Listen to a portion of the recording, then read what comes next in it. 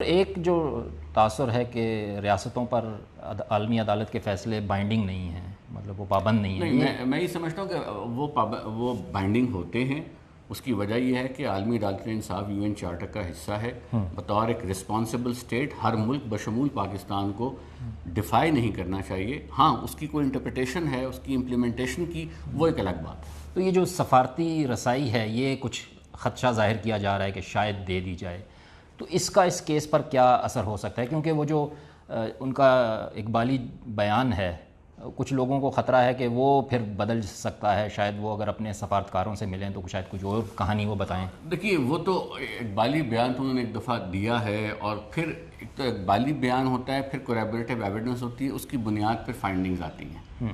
صرف اقبالی بیان it self per 100% Reliance عموماً پروسیکیوشن نہیں کرتی۔ وہ کہتی ہے کہ جی ہمارے پاس یہ شواہد ہیں، یہ کنیکٹڈ ہے، کوریبوریٹ کر رہا ہے اقبالی بیان جو ہے۔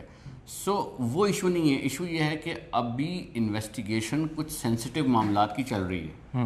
اگر آپ کاؤنسلر ایکسیس دیتے ہیں تو پھر کاؤنسلر جو ہے وہ جا کر کوئی میسیج دے سکتا ہے اپنی لوکل زبان میں، کوئی کنسیلڈ تھریٹ دے سکتا ہے کہ تم نے مزید انفارمیشن نہیں دینی، تم نے ہمارے نام نہیں لینے، وغیرہ وغیرہ۔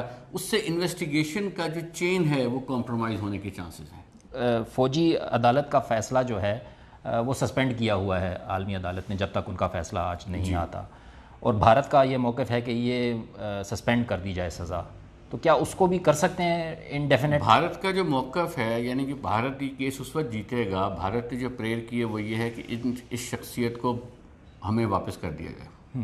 That is the prayer, set aside کر دی جائے کنوکشن کو اور واپس کر دیا جائے۔ اچھا، جب واپس کیا جائے تو پھر بھارت جیتتا ہے، اگر ڈائریکشن یہ آ جاتی ہے۔